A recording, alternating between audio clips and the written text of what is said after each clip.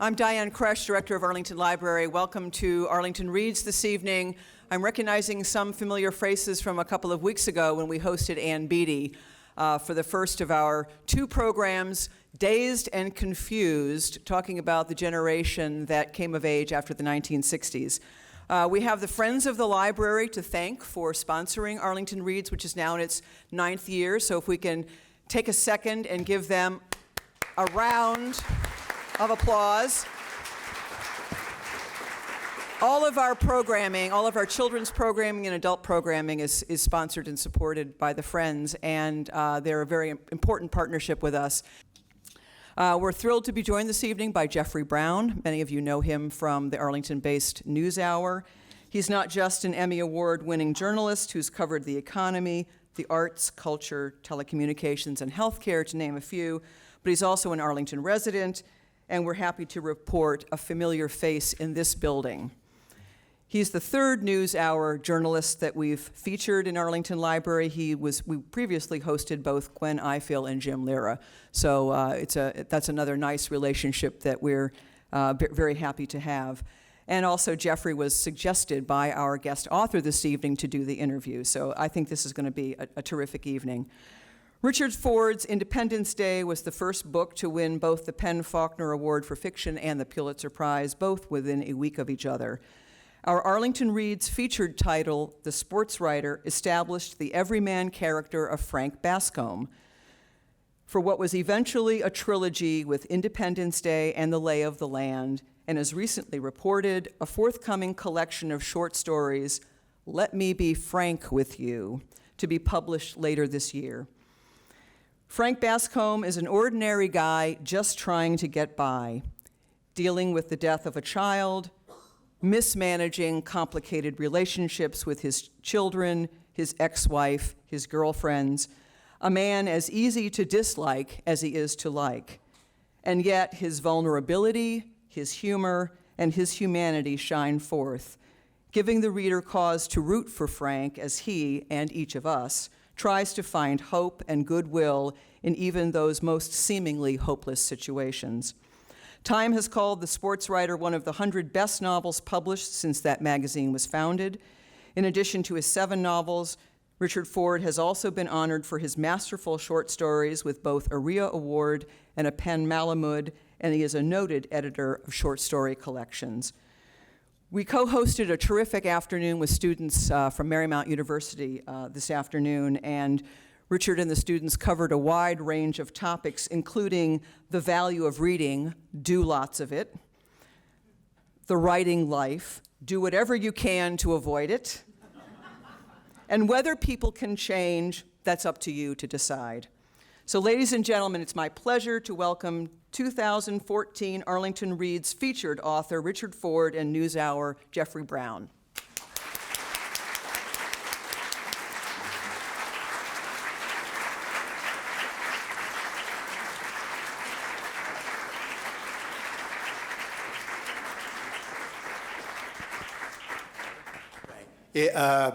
What was I was just saying that I'm, yes, we're pals, but I'm a longtime reader too, and a great admirer of, it'll embarrass him, but I think this is one of our great writers.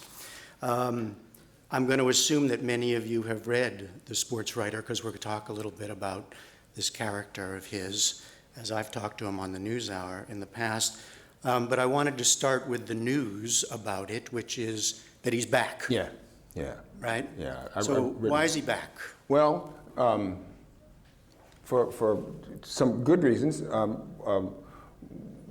Christina and I, my wife and I, went down to South Jersey, down to Lavallette and Toms River right after Hurricane Sandy.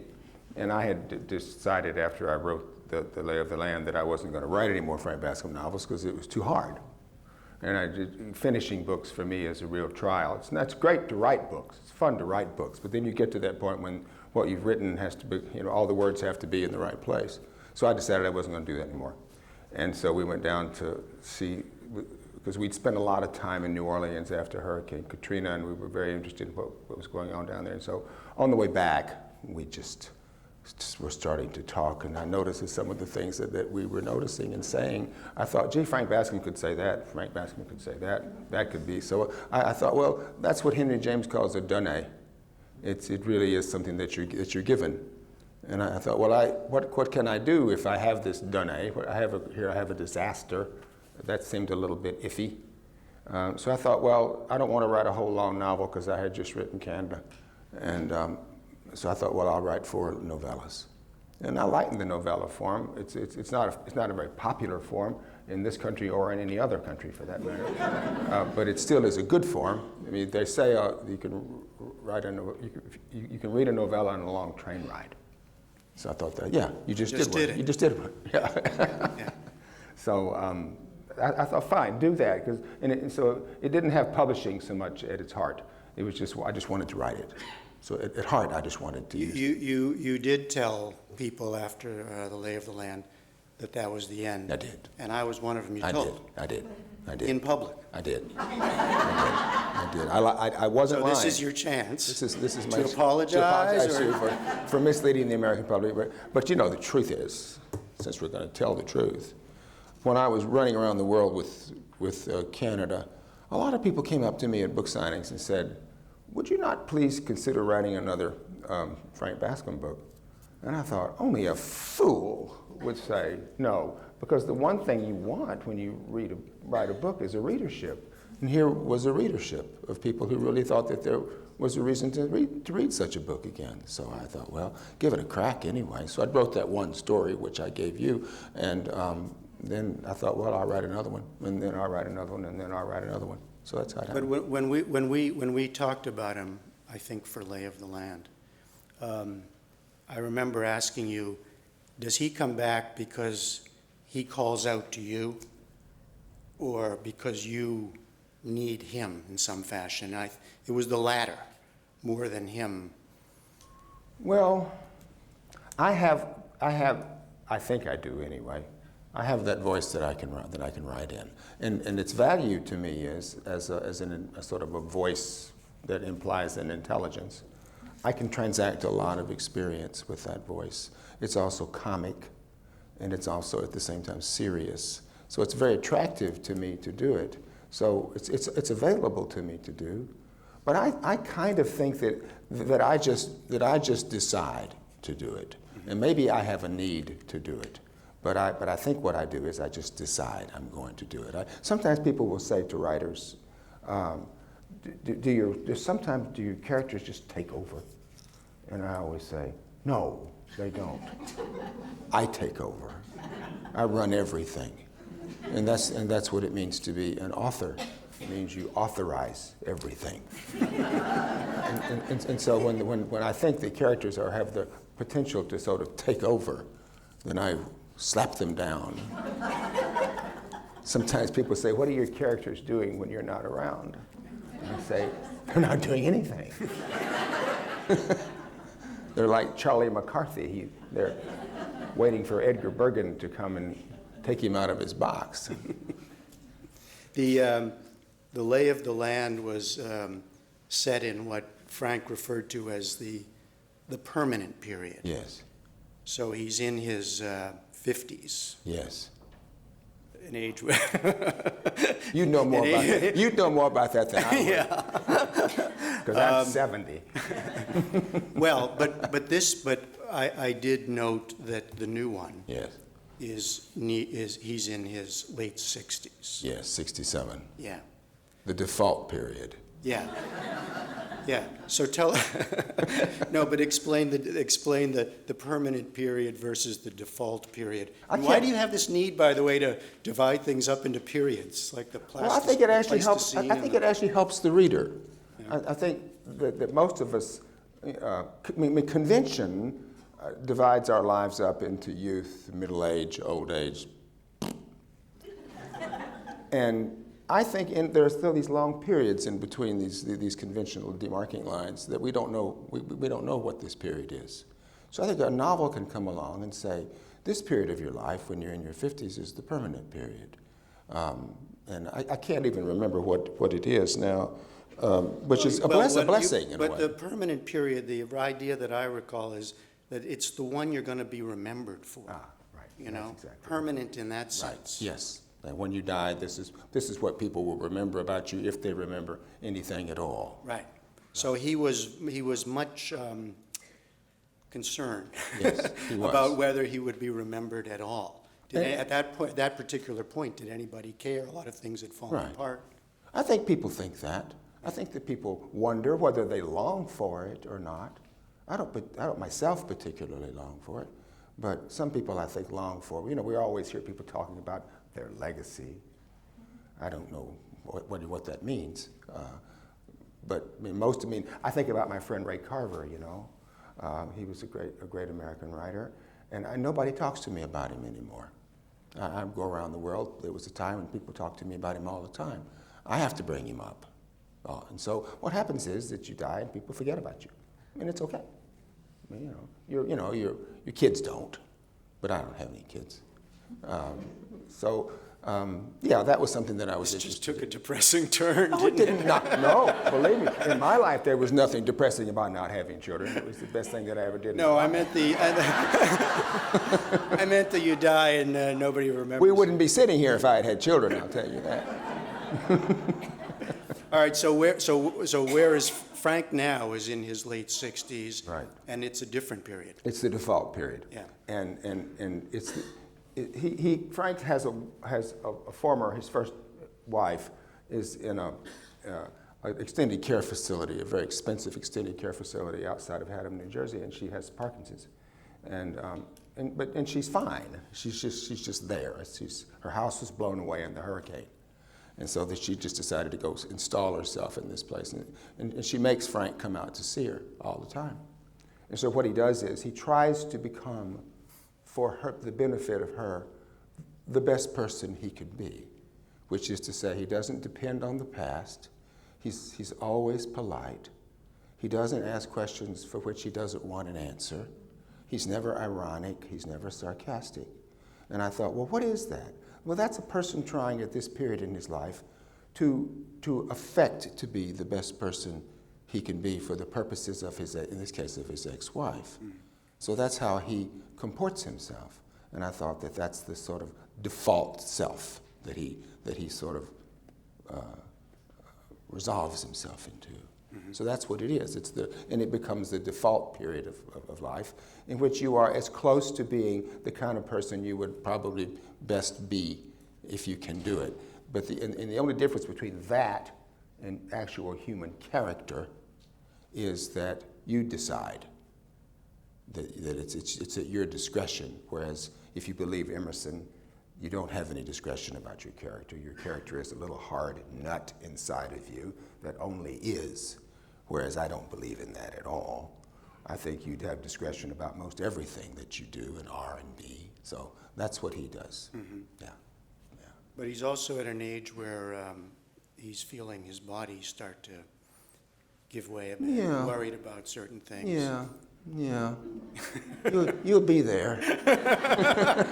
I think I was leading you there. No, you don't have to lead me there because I am already there, but I fight it all I can fight it. Yeah, but is it an accident that Frank in these books seems to be close to your No. particular age? No, it's just convenient to write about because he really isn't about me because most of the details of his life are not matching my life at all. Never been divorced, don't have children, didn't ever sell real estate, don't live in New Jersey.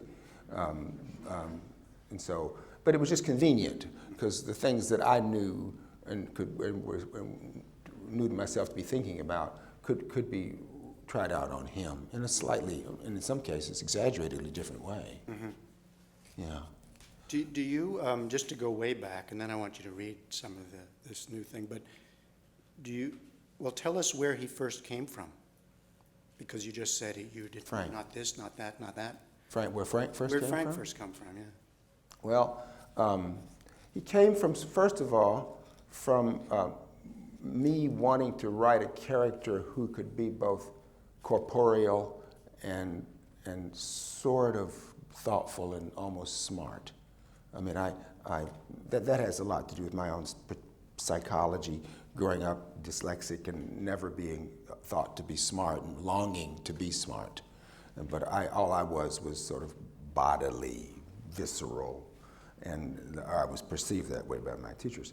And so I wanted to write characters who could actually be both corporeal and bodily and visceral and also have a brain. And so Frank came out of that wish. He also came out of some of my reading. He came out of reading Walker Percy. He came out of reading Joe Heller's wonderful book, which is less known, Something Happened. If you haven't read Something Happened, it's in its own way, it is as majestic as Catch-22. And reading Fred Exley's wonderful book, A Fan's Notes. So my reading sponsored some of that, and New Jersey sponsored a good deal of it. It came, like a lot of characters do, came from different salients in life. Mm-hmm. Yeah. And when did you know that he was actually alive, or that he was someone you were going to work with for 25 years? Yeah. Never really did. Yeah. I wrote one book. Yeah. And I was in the business at that time in my life, 1982, 1986, to writing one book. And I didn't think I had the ambition to write connected books. I didn't think I had any way that I could ever bring it off. I thought that I would probably just write the next book as a sort of a rewrite of the first one, and that people would say, "Oh, Ford can't do this; he's not good enough." But when I had written The Sports Writer, and I was sort of thinking about that I wanted to write a book about a man who took his son to the Baseball Hall of Fame, and I wanted it to be set in the Northeast, I realized that all the notes that were in my notebook were in Frank Bascombe's voice. And I thought, oh my God, you're given this. You have this voice, and it can do what I said before. It can transact all this experience. And it lets me write about a man and his son. And it's something I'd never contemplated doing in that way, in contemporary ways. So I just sort of thought, well, I just sort of gave into it, very much like what we were talking about with these stories, that I just gave into it. I thought, why run from something? You wait and work all your life to try to have a persuasive voice that you can write in. Here's one. Mm-hmm. So I thought, well, then you better do that. You want to read from the new one?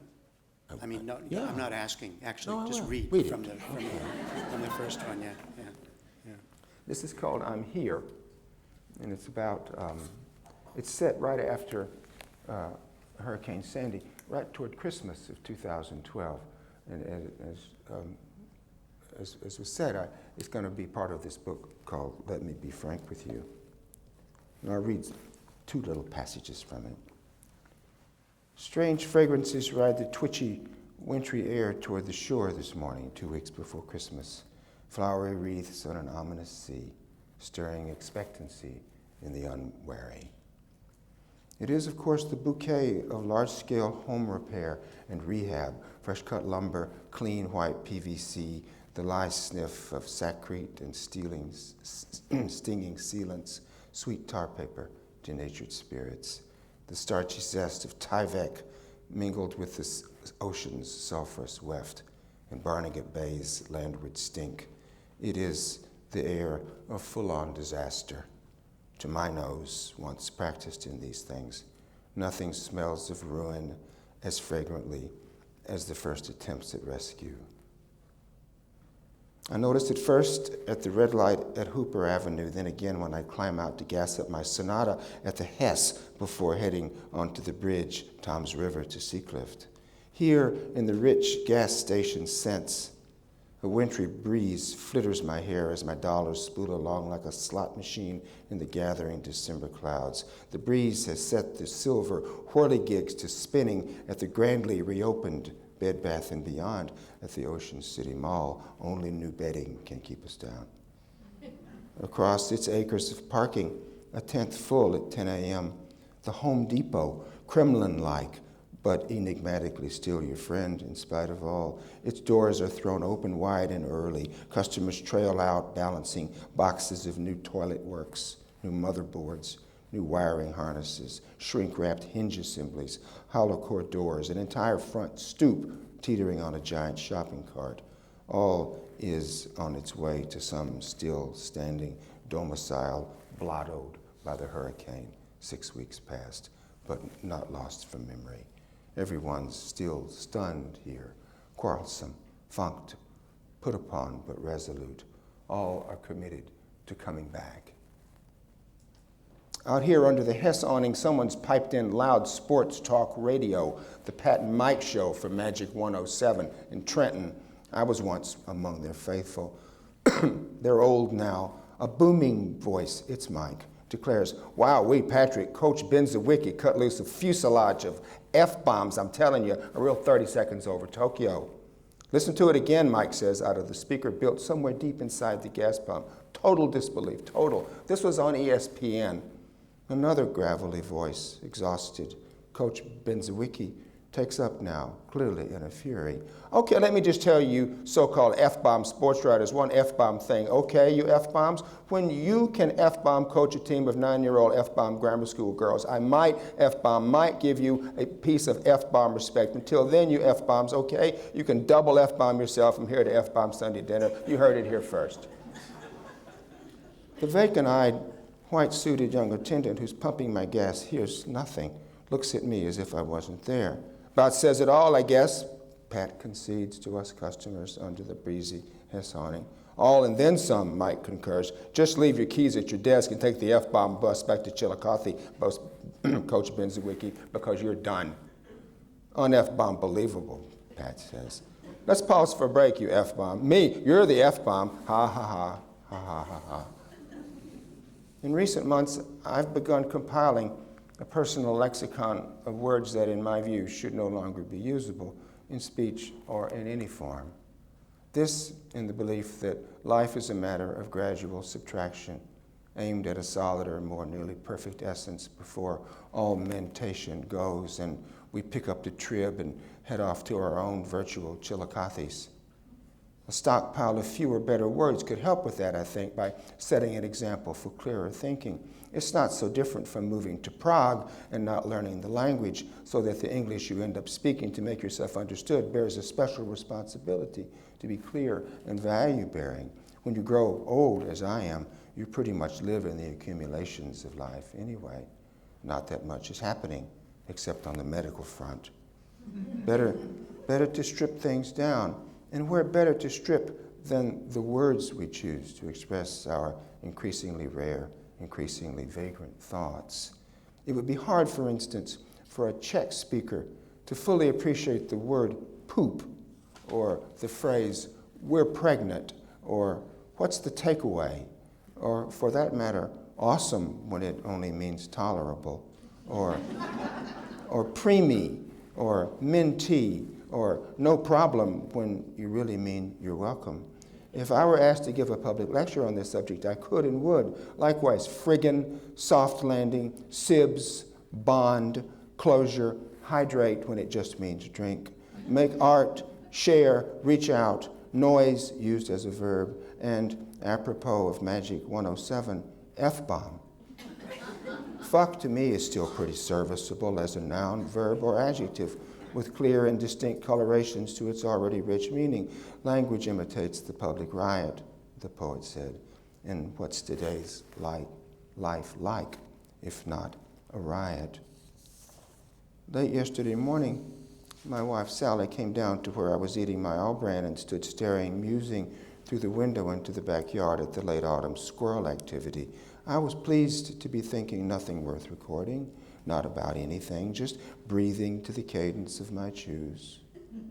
After a while of not speaking, she sat down across from me, holding a book I'd noticed her reading late into the night. Her light stayed on after I'd gone to sleep, then was switched off, then on again. It's not unusual for people our age. I read this shocking thing last night. She held the book she'd been engrossed by, clutched to her yoga shirt. Her eyes were intent. She seemed worried.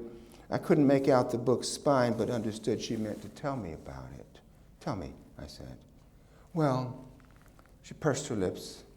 "Back in 1862, right when the Civil War was in full swing, our cavalry had time to put down an Indian revolt in Minnesota. Did you know that?" "I did," I said.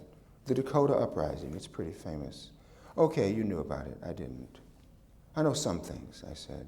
stared down at a floating banana slice. But, okay, so in 1862, the cavalry hanged 36 Sioux warriors on one big square scaffold, just did it all at once.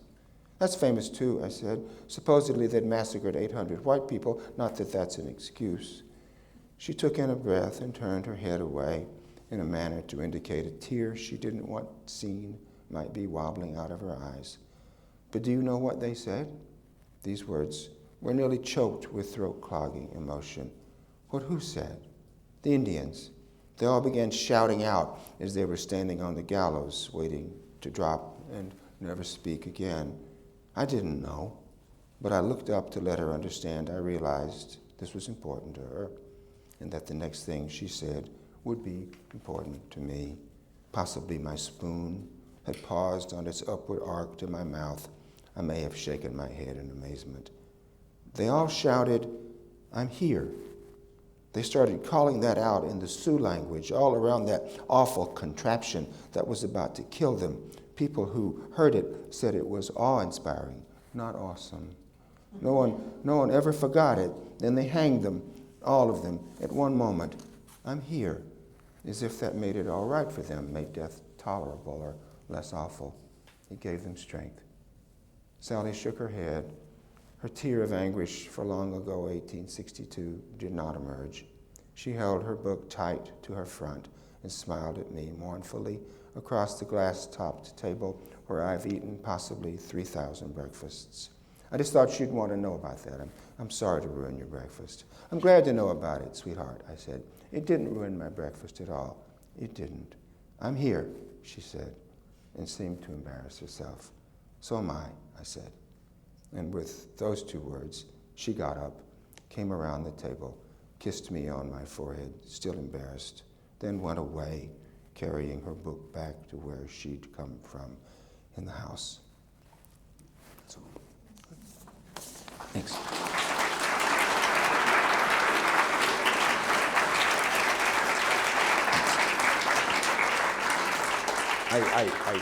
I gave that story to Jeff earlier in the week, so he didn't know what it was about. That's the first story in the book. And it's called "I'm Here." It's called "I'm Here." Yeah. So I did read it on a train ride back from New York this afternoon, and well, there's all kinds of wonderful Fordisms in that passage. But actually, what I wanted to ask you about is not so much well, I wanted to ask you about sound, the sound of language. Yes. I read the first two paragraphs. I'm glad you read the beginning, because when I read it this afternoon on the train, I stopped and read it several times, and I started reading it out loud. I was on the quiet car, which you're not supposed to do. Oh, yeah. But listen, strange fragrances ride the twitchy, wintry air toward the shore this morning, 2 weeks before Christmas, an evocative time, of course. Flowery wreaths on an ominous sea, stirring expectancy in the unwary. Twitchy, wintry, flowery, expectancy, unwary. Yeah. That's the first paragraph. You know, all those Y sounds, all those E sounds. Yeah. Are you aware of that? Oh, that's what author means. I forgot. Yeah. But I'm aware of it. But it's like an internal rhyme in lines of poetry. It doesn't mean to signify anything. It doesn't have a, for me, stories aren't secrets. Stories aren't even really, for the most part, holding secrets. Stories are just there for you to read, and I hear that when you read it more than I hear it when I read it. Well, I exaggerated Yeah. it more. I was interested to hear how you were going to read it. Yeah. I just wanted that E sound there in the beginning, and I also want the cadence. I also want the cadence of wintry, flowery, expectancy, unwary. I want those cadences in there. And you continued with the lie sniff of sacrete and stinging sealant. Now we're in S. Sweet tar paper, denatured spirits, the starchy zest of... Yeah. Yeah. This is why I'm not rich. Because I care about things like that. I mean, my teachers were Donald Hall and Galway Canal. I mean, what can you do? Yeah, but that's what's coming out. Yeah. Yeah. Yeah. But I mean, That makes beautiful writing. and it makes for small book sales. But I mean, you know, my belief is that where the rubber meets the road in books is word choices. That's what readers. Well, that's why you read books. You read books principally and first to be exposed to the best possible language you can be exposed to, and it Before can be story, before character. well, I mean, temporarily before, absolutely. That's really what you do. You put your brain down on those words, and you know, there's that great line of the great little exchange between Degas and Mallarmé, in which Degas comes to his friend Mallarmé and says, "I've just written a sonnet which is full of wonderful ideas," and Mallarmé said, "My friend, sonnets aren't made of ideas; they're made of words." And later, 65 years later, Delmo Schwartz said, "Well, sometimes though," he said, if you put good words together, ideas can kind of bubble up.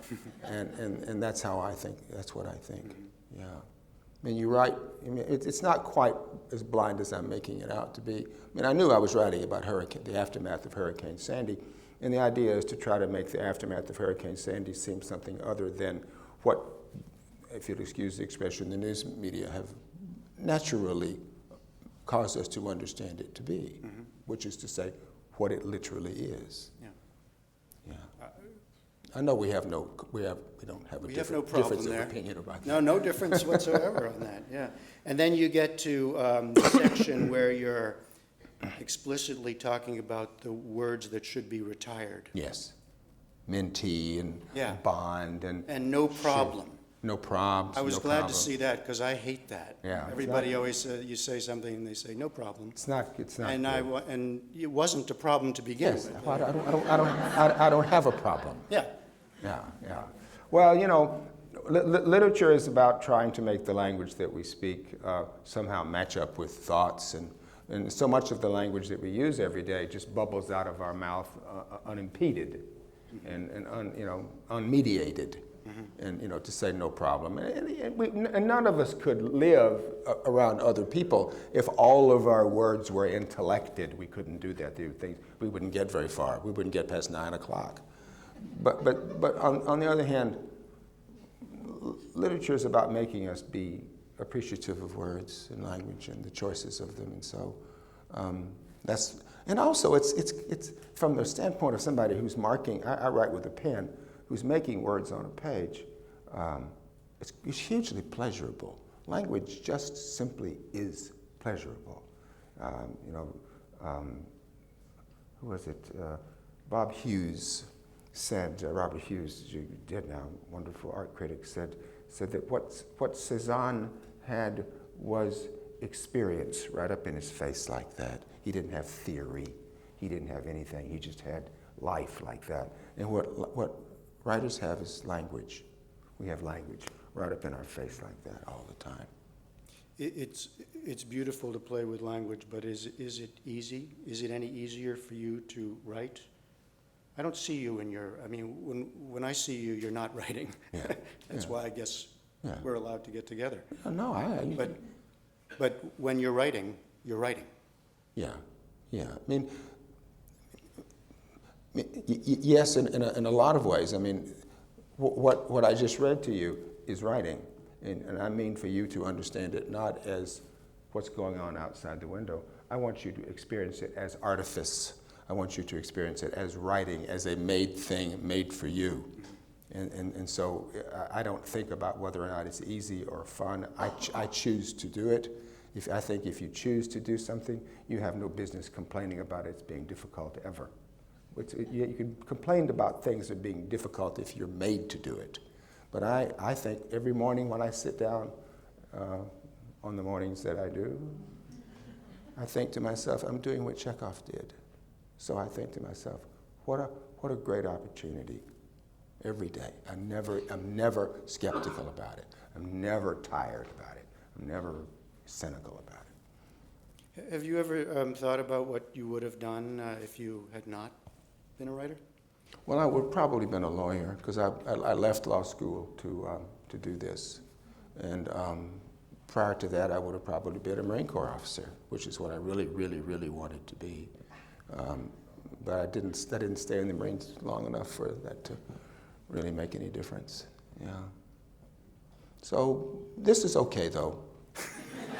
You know, I mean, but I really mean that. I'm not poo-pooing any of it. I mean, this is fine. Yeah. And I don't like that sense of mission.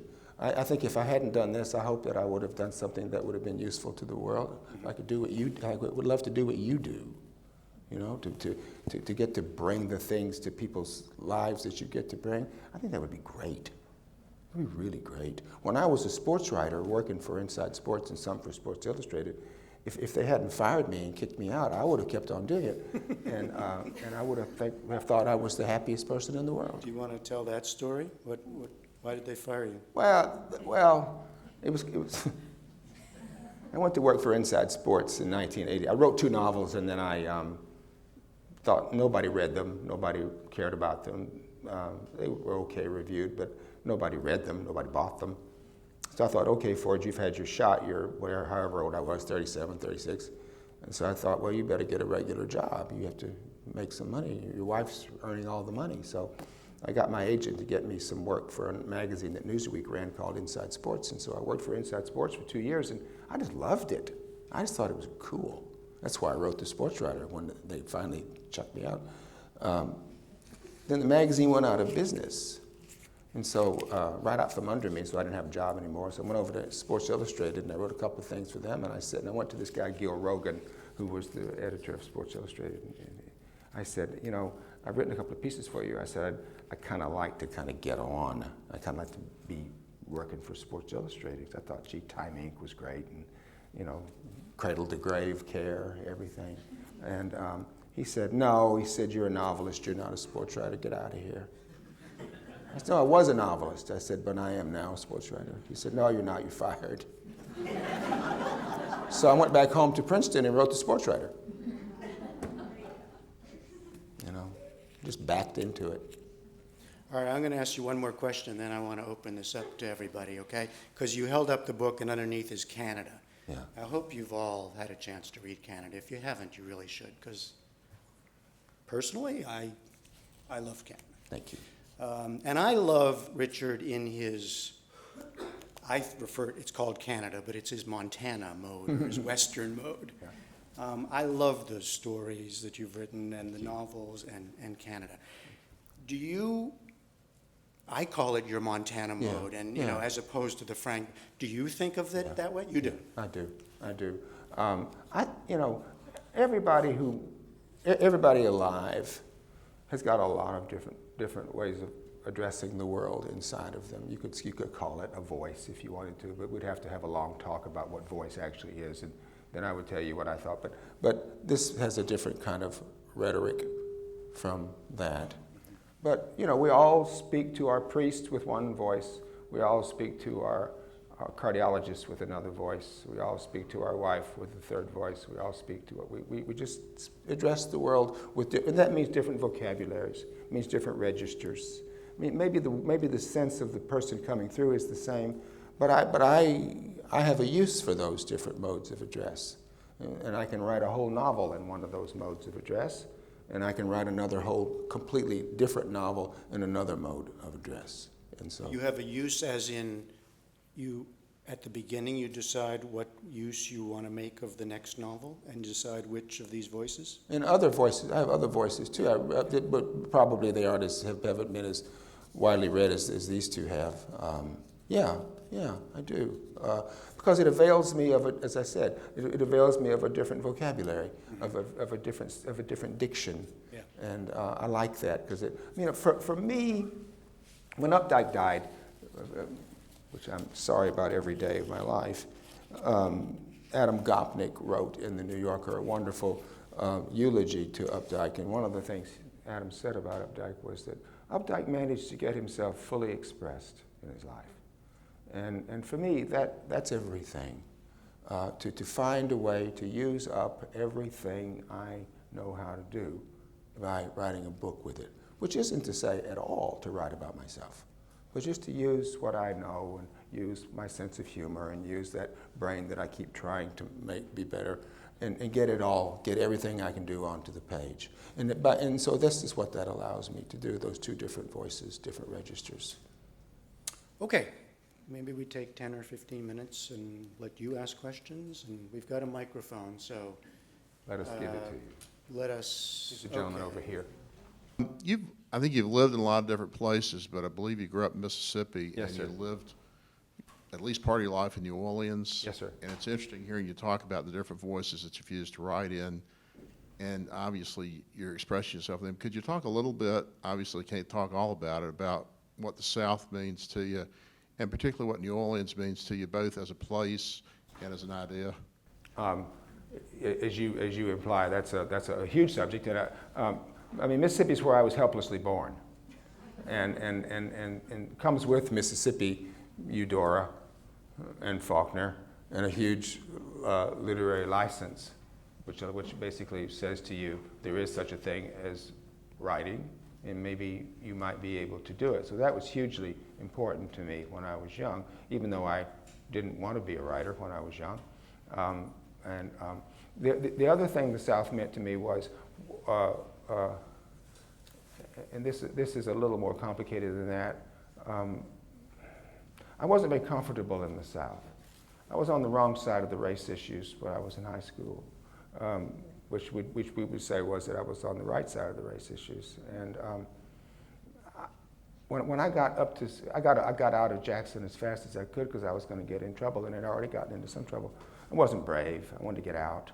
So I went to Michigan State to go to college, and everybody in Michigan State thought that I was a cracker. And they thought that I basically had a Klan sheet in my drawer. And they thought that was hilarious. I thought it was awful. It really, I thought it was the worst thing in the world, because I wasn't that kind of person, and I had left Mississippi to get away from that, and here it was waiting for me in central Michigan. And so what the South meant to me was something that I had to get myself the hell away from, so that it didn't typify me, so that if somebody said, well, of course you're a racist, you're from Mississippi, or, you know, all that, I just wanted to say, I choose who I am. I choose what I do. I choose what difference I make. So that's another thing that the South meant to me. I happen to believe about those friends of mine in high school who stayed, that they were the brave ones. I was not brave. They were the brave ones, and they have lived there, and they have done good, and they are wonderful people, and I talk to them every day on the phone. Not all of them, but some of them. New Orleans was where we all, as you probably know just by your accents, was where you went to do bad. So we went to do bad, and did as much bad as we could. And then later on, Christina and I lived there because she was the head of city planning and ultimately was the assistant deputy mayor for the city under several administrations, Mark Morial, the terrible Ray Nagin.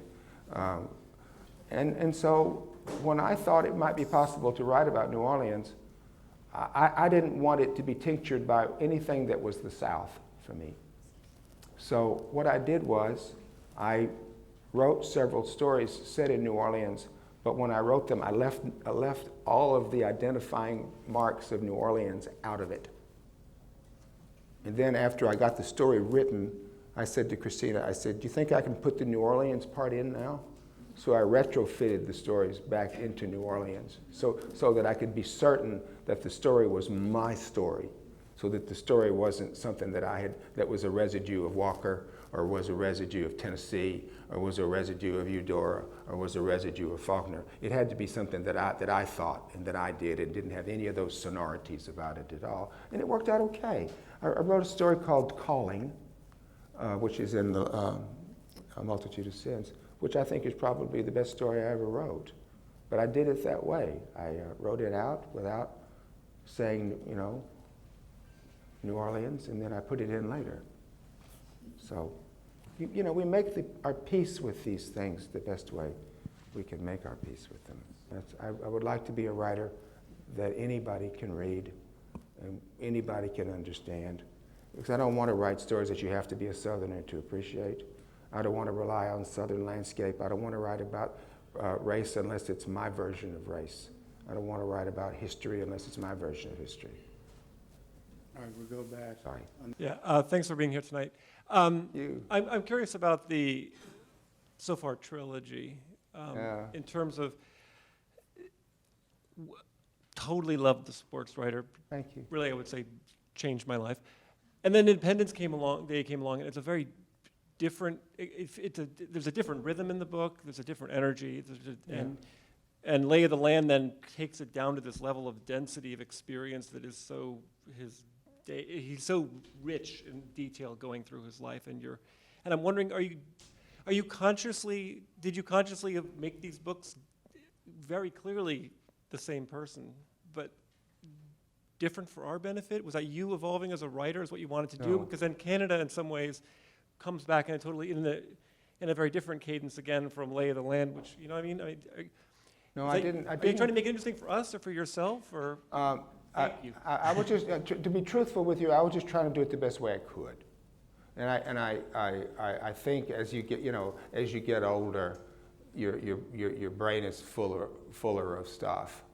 And it probably is true that the Lay of the Land is longer than it should be. And I tried my very, very, very, very best to make it shorter than it is. And I just couldn't throw out any more things. And I just wanted to keep the things I kept. And so it came out that way, and I authorized it, and so I took credit for it.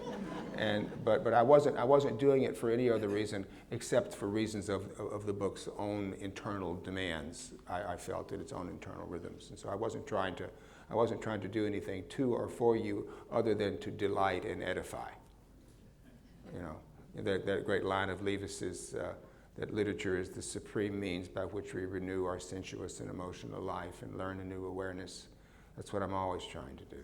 So it came out that way this time. But I will say this, that I was a little bit smitten, I should say I was smote by how, I wasn't smitten, I was smote by how dense this Lay of the Land was. And I love it, but I thought these stories are not going to be that way. These stories are going to be much crisper. They're going to be much less dense and funnier, too. I think all those books are comic books. But I wanted these to be more easier to read. Because it's about a hurricane. It's about the consequences of a hurricane. You should be able to get to it. I was interested in how fast you write. Do you have a routine of hours a day, word count, and do you ever get writer's block? I'm not smart enough to get writer's block. If I don't want to write, I just think Richard doesn't want to write. And I don't like, as you can tell by the gentleman's question before, I don't like to be controlled by forces that I don't understand. I want to run everything. So if I find myself not writing, I think it's because I don't want to. And so I'm happy with that because I'm really slow. I don't count my words. I just try to fill a page if I can. Of a day and work at it like that, and I'm not in a hurry. The world doesn't need a book from me unless it's the best book I can possibly write. So it doesn't need a faster book from me. Moreover, if I wrote it faster than I do write it, it wouldn't have a chance to be nearly as good. So, and I left law school behind, so I don't want to run my life as though I was a lawyer. I don't want to be accounting for my hours that way. Frost said that literature should be the last vestige of your childhood, and you must deal with it somewhat irresponsibly. And so that's one of the ways that I deal with it irresponsibly. If I don't do it, if I don't want to do it, I don't do it. And often I do want to do it.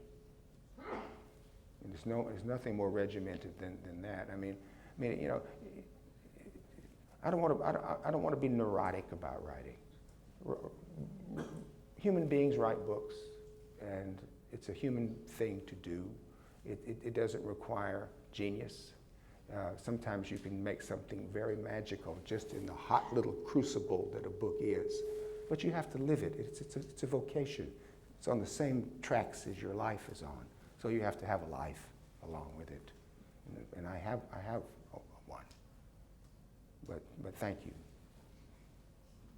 Yes? Interested to hear in I'm Here, I hear some similarities with the Are You Ready to Meet Your Maker from the beginning of Lay of Your Land. Oh, well, yeah, And sure. So I'm just wondering, like, I mean, at what point have you heard that story before you've conceived of how you fit it into what That you're little writing? story at the beginning of The prologue, or however you refer to it. in the lay of the Yeah. land. I think I read it in the newspaper. And so was this something also that you had come across, this I'm here, Yeah. like It prior was. to your I conception? read it. I read it somewhere. I don't think anybody told it to me. I think I read it somewhere. Maybe in I don't remember where I wrote it. I just appropriated it. But I've since asked my Minnesota friends, and they've sorted me out on it, and that it's true. It took place in Mankato in 1862, and so I just had it, and so I thought I'm going to use it, and it's kind of like you put it into your book, and you see how you can use it. You put it into your book, and you see what it galvanizes on both sides of it. Because I liked the story insofar it was a chance for them to sort of come to the end and say, I'm here, I'm here, which is crucial to them. So I just tried to make the most of it. Thanks. Thank you. Who's one over here? You know, Ruskin said, composition is the arrangement of unequal things. So I'm always arranging unequal things. Please. Hello. I'm sorry nobody wants to talk about Raymond Carver, but I'd like to hear about him. Tell us a story. Oh, he was a lovely man. He was funny. He was dear. He was sweet. He was the happiest man in the world because he'd been saved. He hadn't been saved by Jesus. He'd been saved by the imagination. And he wrote wonderful stories. He loved his life. He was a great friend. There was no downside to him, really. No downside at all. And fiercely unhappy about dying. Just as mad as he could be. He just thought to himself, damn. You know? And you know, he was a lovely, sweet man. And was so generous to me, because for a few years, I was just his sort of tag-along pal. He would call me up and he would say, Richard, I'm going up to, this is a story, okay? He said, Richard, I've been asked to go up to Saskatoon. My God, he said, do you even know where Saskatoon is? And I said, well, yes. I said, it's in Saskatchewan. He said, well, they've asked me to come up there and give a reading at the University of Saskatchewan. He said, and then after that, he said, they're going to take me goose hunting. And I said, I'd like to do that. He said, well, I'll tell you what. He said, I'll take the money that they're going to give to me and we'll buy you a ticket and you come up there with me. And so I went up to Saskatoon with Ray, about in 1984. And so we gave a reading together, and then they took us both goose hunting down in southwestern Saskatchewan in terrible cold weather. And Ray and I shot a bunch of geese. And so we had to find somebody to pluck the geese. And so we got in the car, and somebody told us about this goose plucker who was way the hell out on some horrible gumbo road out in the middle of nowhere. You can just picture a house in the middle of Saskatchewan prairie. And we got out there, and the goose plucker wasn't there, but his absolutely drop-dead beautiful daughter was. And I could still see Carver kind of looking at me because she came out of the house holding a hatchet. This gorgeous girl holding a hatchet. And so we said, would you maybe clean our geese? And she said, absolutely. And she took a goose and she went pop like that. She just went pop and knocked their heads off like that. And we got back in the trucks when we were leaving. And Ray said, I'll bet you $1,000 I get her into a story before you do.